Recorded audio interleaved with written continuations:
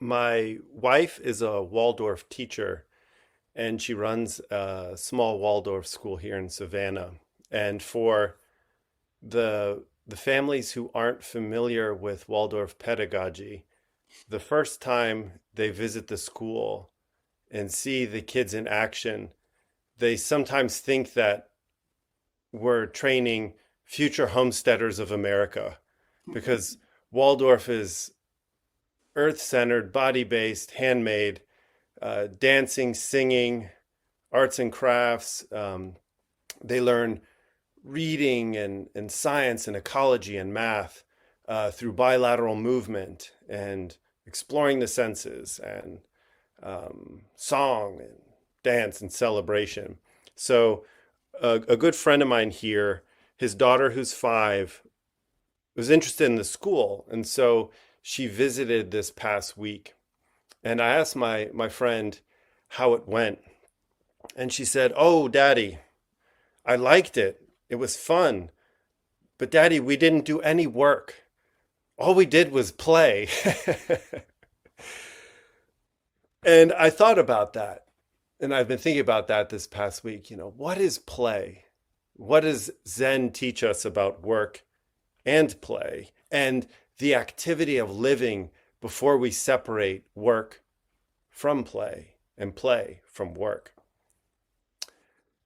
Our society tends to valorize work like this, learn something useful, be productive, strive, be ambitious, achieve. Work is measured often against play, where play is something earned because of hard work, like a commodity, something we can purchase and consume. Play is reduced to a form of entertainment, a kind of intoxicant, consumed as a reward for work. But Zen has a different understanding of the meaning of work, and certainly a different understanding of the meaning of play. It can teach us how to approach the activities of life before we divide them into two. And I had a recent experience of this with my son. So I came home on Wednesday, and all of our kids get something called a Kiwi crate. It's a box that comes once a month, and it contains a project about physics, chemistry, cooking, writing, could be anything. And this month, Augie got a box on physics, and he came up excitedly and he said, "Daddy, my Kiwi crate came." I was like, "Oh, what was it about? What's it about?" And he said, "Oh, it's about physics." I'm like, "Okay, what about physics?" And he said, "Oh, it has lots of juicy parts." And I asked him, "What on earth are the juicy parts of physics?" And so he went into some great detail because the crate came with this big, thick book that went into just like exquisite specificity about quantum mathematics and all these subjects that he finds fascinating. But he tasted physics as if it were eating the ripest, sweetest part of a juicy piece of fruit, and he found it delicious. It filled him with ordinary wonder. It wasn't work or play, it was just ordinary wonder. This is what we experience, I think, when we experience life with what we call beginner's mind, or shoshin in Japanese. Dogen kind of first introduces this to us in the Bendoa. Ben meaning to make a great effort, and Do meaning the truth. Bendoa, the great effort towards truth. And I just wanted to read the first few sentences from this chapter. When the Buddha Tathagatas, each having received the one-to-one transmission of the splendid Dharma, experience the supreme state of Bodhi. And here Bodhi means Anuttara Samyak Sambodhi, that perfect wisdom, perfect truth. They possess a subtle method which is supreme and without intention. The reason this method is transmitted only from Buddha to Buddha without deviation is that the samadhi of receiving and using the self is its standard. And I'll pause here and take a look at the note. This sentence speaks to a Japanese expression, Jijuyo Zanmai. Ji meaning self, Ju meaning to receive, Yo meaning to use, and Zanmai representing the Sanskrit word for samadhi. And so Nishijima in his translation renders it Jijiyo Zanmai as the natural state of balance which we experience when making effort without an intentional aim. Last sentence here. For enjoyment of this samadhi, the practice of zazen and the erect sitting posture has been established as the authentic gate. This Dharma is abundantly present in each human being, Shoshin. But it cannot be realized. But if we do not practice it, it does not manifest itself. And if we do not experience it, it cannot be realized. So it's more than just beginner's mind. It's the practice of that in interaction and participation in the world. Shoshin is often translated as beginner's mind. But Shin, as you probably know, also means heart mind. So Shoshin equally entails beginner's heart. What does this dimension of heart reveal about the nature of Shoshin?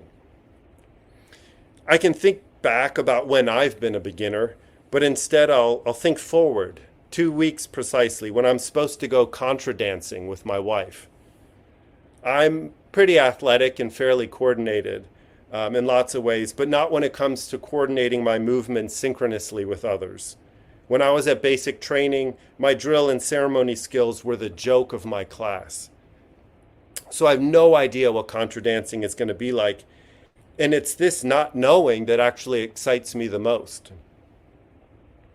Not knowing, like Zen Master Sung San's favorite expression, only don't know, points to the curiosity, courage, and humility at the heart of Shoshin. Curiosity that overcomes the pretense of expertise, courage to embrace challenges, humility to stay grounded. One of my favorite forms of Zen practice is the humble bow. Like when we have an empowerment and the postulant bows as they circumambulate the Sangha. Humble from the Latin humilis, for grounded. Humilis from the Latin humus, for earth. Beginner's heart brings us to the earth, where life teems in full splendor, from the lowliest worm to the great seas. An orchid in full bloom, the bony case of a horseshoe crab, the earth and all earth's mysterious powers and manifestations unfolding. Beginner's mind or heart mind is not only about how we approach life, but it's also about how we engage, participate, and play. Rokan has a beautiful poem about the heart of Zen practice manifesting in play. So I want to share it with you, because to me it puts a body to what Dogen is getting at in that opening passage from Bendoa. First we braid grasses and play tug of war. Then we take turns singing and keeping a kickball in the air. I kick the ball and they sing, they kick and I sing. Time is forgotten, the hours fly. People passing by point at me and laugh. Why are you acting like such a fool? I nod my head and don't answer. I could say something, but why? Do you want to know what's in my heart? From the beginning of time, just this, just this.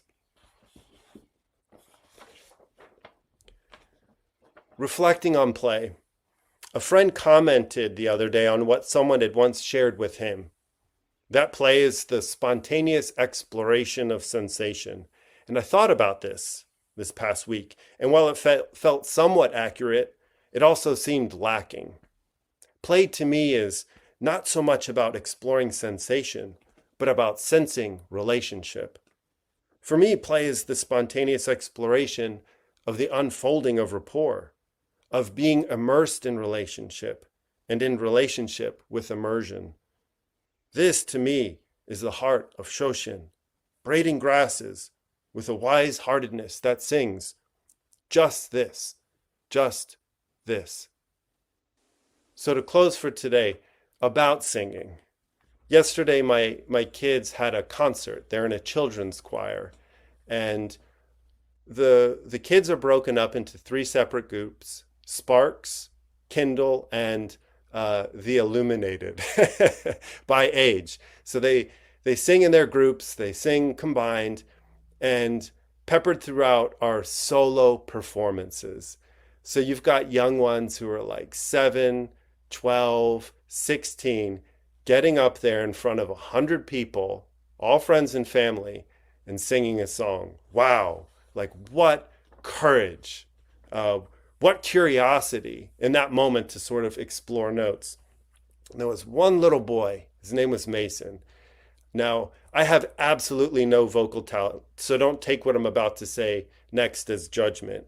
But if one were to approach his performance objectively, it was cringeworthy. He couldn't carry a tune.